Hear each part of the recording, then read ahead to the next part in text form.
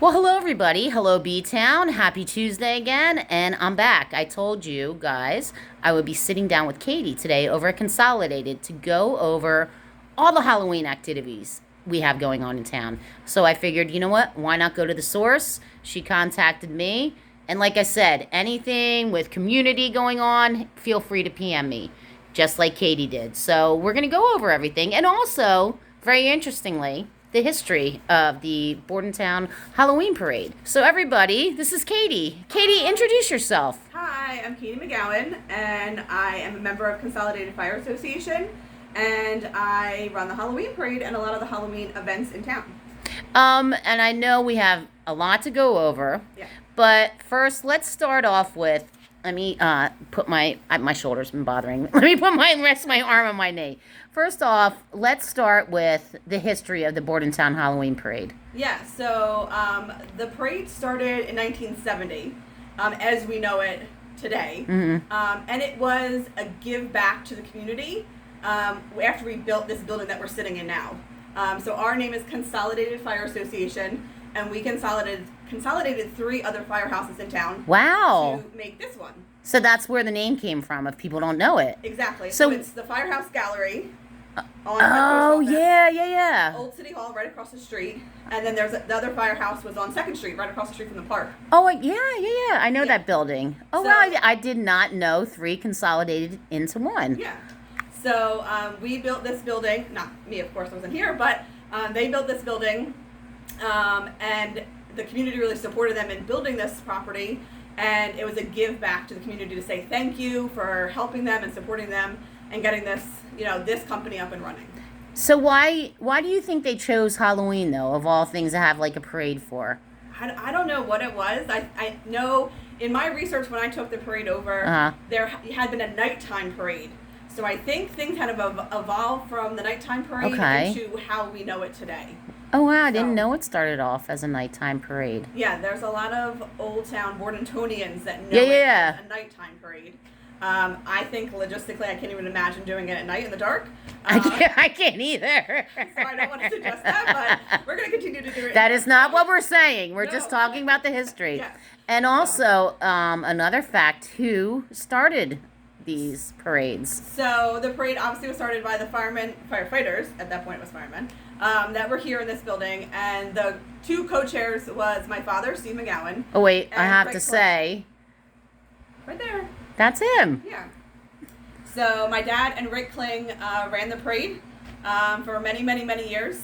My dad passed away in 2009, and he passed away unexpectedly. So it was kind of put into my lap to take over. I had been working with him a little bit after graduating from college, but never had any kind of responsibility to do the whole shebang. Well, growing up, I'm sure you saw every year my dad's planning the parade. My dad's planning. So you probably saw a lot of behind the scenes things going on too. Absolutely. Of how to plan a parade. We started off small. Like I would come home from college with my college roommates, and we would judge the masquerading contest.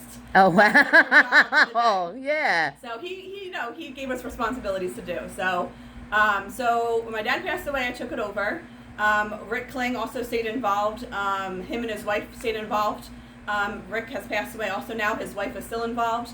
And we have a committee that is committed to running these events every year.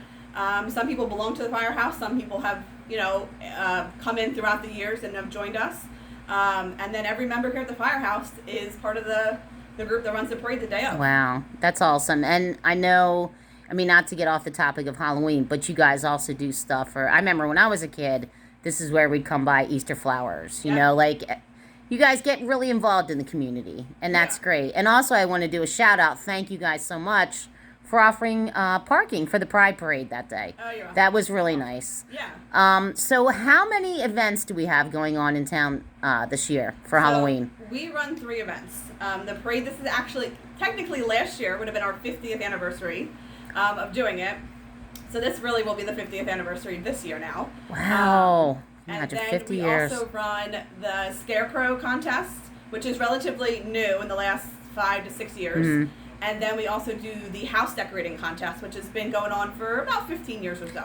You know what? Now, as far as the Scarecrow decorating contest, I always see like a lot of businesses on Farnsworth always have them out. But That's open to anybody, right? Yep, so any business, resident, organization, Girl Scout troop, Boy Scout troop, sports team, whoever wants to get involved with that, just register on our website. It's bordentownhalloween.com.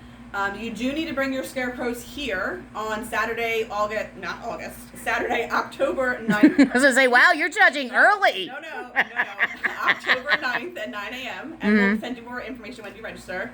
We do all the judging here, and then we put the scarecrows up because we have assigned poles that we're allowed to use through the city. Oh, I didn't know that. I didn't know that you guys put the scarecrows up. I thought like each individual person did that themselves. No, we have everyone come here, drop everything off, and make sure it's stable and going to make it through the month. Well, that's, you know what, that's a good point. Yeah, and then we do the judging. There's a really cool trophy you can win, and it's a perpetual trophy, so it's passed along through all the winners, and then your name gets engraved on it. And then we put them up, so they're up for the entire month.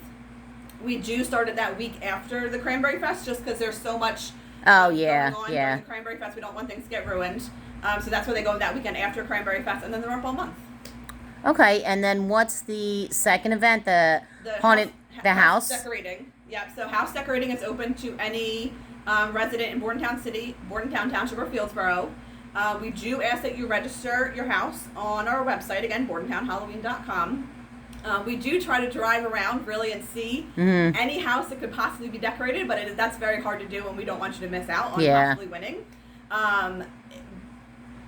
You'll get a prize for that too. We give out prizes and ribbons, and we have been better at posting the street names because people want to go out and take a ride. Oh, yeah. So we'll be posting that on our Facebook page and on the website, so you can take a ride around town and see, the houses that are in the contest. And you know what, too? I feel like in Bordentown, because we are known for Halloween, having a prize for, like, best house or, being up there, like, that's a badge of honor around here. It is. It's bragging rights. Bragging rights. Yeah. That's exactly what it is.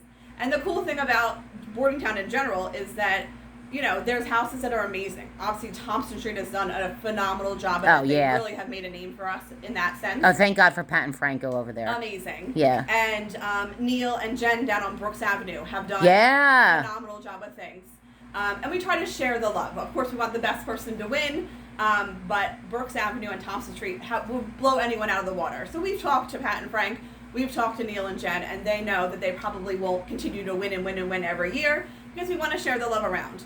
Oh, that's good. Being the amazing Bordentown that we are, Neil is actually one of our judges now. Oh, that's awesome. So he volunteers, and he is very intense. He will get out. He's going to walk through your yard. He will take a rule stick to see. But he is a great judge, and he knows. Oh, nice. He knows what he's looking at because he builds it himself. Yeah. He builds the stuff that they have in there. Well, that's who you want as a judge, Absolutely. Yeah. So it's nice that he's kind of giving back now. He continues to decorate, and now he's giving back his time to help us find new winners. Oh, that's awesome. Yeah. That is. I mean, and like you said, it's hard for all of us, regular residents who maybe can't do that every year to know, okay, I'm not going to just come in like 10th place because these two people do it all the time, or these, so it gives everybody a chance, that's awesome. We spread the love, and again, bragging rights, people, sometimes people that are registering and they try to up their ante a little bit. They learn from other people when they drive around and look at other houses, so it's a good little competition. All right, and then now going on to the third. Of course, is the parade. So that is always the Sunday before Halloween. So this year it's the 24th. The rain date is on Halloween. The parade starts at 2:00. Again, we ask you to register on our website. You could be a group that's marching in all costumes. It could be a theme that you pick. It could just be random costumes. You could do a float. We do have bands that are coming that we book. Oh, cool. The firefighters, police officers, all kinds of stuff that we have coming. Oh, my favorite was always the dance squads. Yeah. I love the dance squads. Yeah. I think we all in town look forward to that. Yeah. So we used to have the Baltimore West Siders. That's who I think you're talking about. Mm-hmm.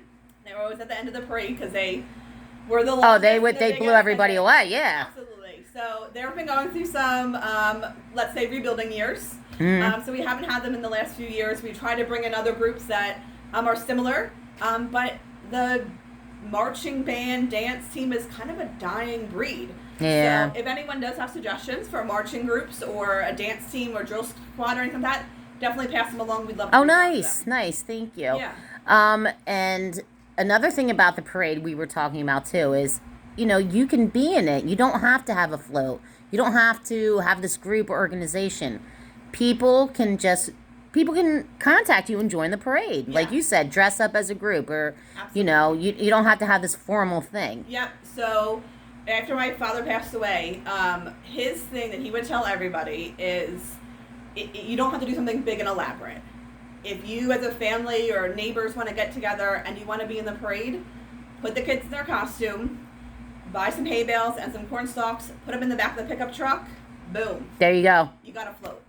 So we now have a trophy, because you win a trophy for parade. That's the Steve McGowan Award, and that is for the group or the float or the marching unit that the best kind of exudes that Like community. basics, the early Yeah. birds, the first timers. That you could just tell they just wanted to get out and have fun. They weren't trying to blow the water off anything, but Oh, that's they had awesome. a great time. So you don't have to go through all these great lengths. Just that, you know what? Me and my neighbors want to have fun and just do this and go in the parade. Absolutely. And you can get a prize for it. Yep, absolutely. So we give out trophies for the parade. We also do a costume contest before the parade. So if you do still want to enjoy the parade and sit down and watch it with your family or neighbors, you can head over to St. Mary's School on Elizabeth Street at 1:30 before the parade. We give out cash prizes. We have child and adult and group awards, and you're judged right there, and winners are chosen right there, and then you can hit the road and head back to your lawn chair in front of your house and enjoy the parade with your Awesome. family. So there's so many different ways to get involved in Halloween. So you're a newcomer, you can build a scarecrow and be involved. You can put some spiders and spider webs up in the front of your house and be involved. You can get in costume and go get judged the day of the parade and be involved. And be involved. So there are so many ways that you could get involved that we're offering all these different options. I think that's really important this year, especially after last year. At least the kids got to like trick or treat in masks, and Absolutely. we were still a little like, what's going on back then, but now's the year to do it up big. We want to bring back Halloween in Bordentown. We missed a year, and I want to thank you and Consolidated for always being there for the community. We appreciate it, and we appreciate everyone's support through COVID. Everyone's always supporting first responders, and so we appreciate it. And again, it's our give back to the community. You guys support us, and we want to support the community and bring these kind of events to the town. Oh, and one more thing. I know one of my friends had asked, how can people donate towards this? Sure. So we're actually sending out donation letters to local businesses, which we do every year. They'll get them early in August.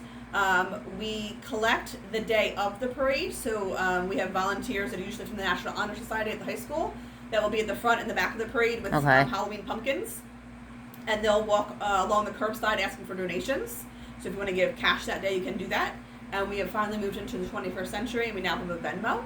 Oh, awesome. So it's consolidated.fire is our username. And this is year round. I mean, not just at Halloween, everybody, but year round. You guys are always there for us. So if they just want to make a note in Venmo that it's for the parade, then that will go directly towards the parade. If they want to make a general donation, they can obviously mention that in Venmo as well.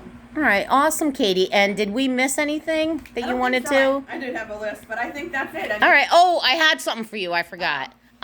This is from me for everything you do. It's not a lot, and this is, I can't afford a lot, but my favorite place. But I want to thank you for everything you do for the community, like running the Halloween parade and putting all this stuff together. Just like, it's only a $10 gift certificate and a little hop thing, but thank you so much for everything, Katie.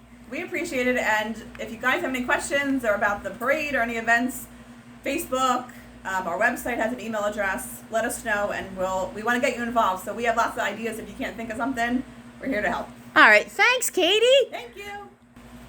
All right, so this has been Brenna over here at Consolidated. We got a lot of information on Halloween in Bordentown this year. Let's do it up big, guys. We missed last year. This is our opportunity to bring the community together. Consolidated always does a great job of doing that, so let's support them at the same time. Happy Halloween! Talk to you guys later.